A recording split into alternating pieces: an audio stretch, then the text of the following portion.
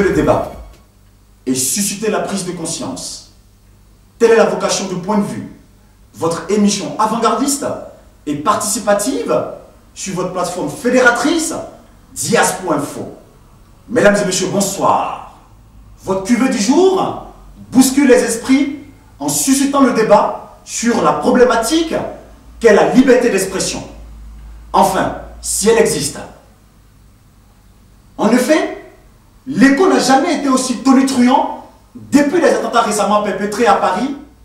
Alors, existe-t-il une liberté d'expression à géométrie variable? Ou la liberté d'expression serait-elle sélective?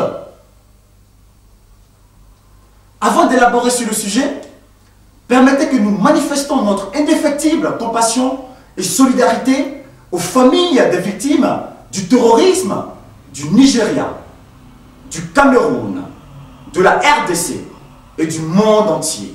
Car nul ne mérite de mourir pour un blasphème ou pour la liberté d'expression.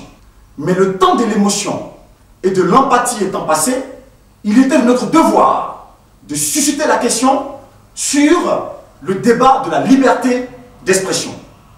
En effet, suite aux attentats perpétrés à Paris, l'émotion et la compassion ont tenu en haleine toute la planète.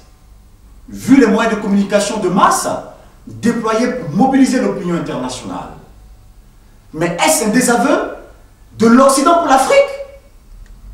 Vu que nous subissons les graves atrocités de la secte islamique Boko Haram qui tue des milliers de personnes sans qu'on assiste véritablement à une réelle mobilisation pour stopper ce hideux barbarisme.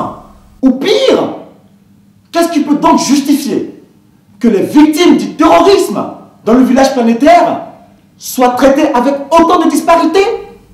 Ou que faudrait-il de pire pour une réaction unanime des instances régaliennes africaines face à cette calamité?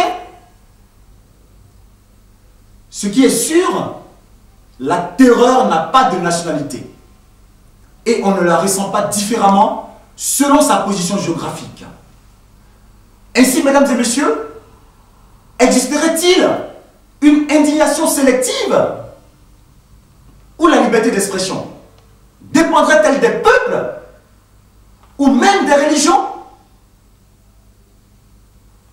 Mais au fond, la situation ne serait-elle pas due à une réelle et profonde discrimination sociale?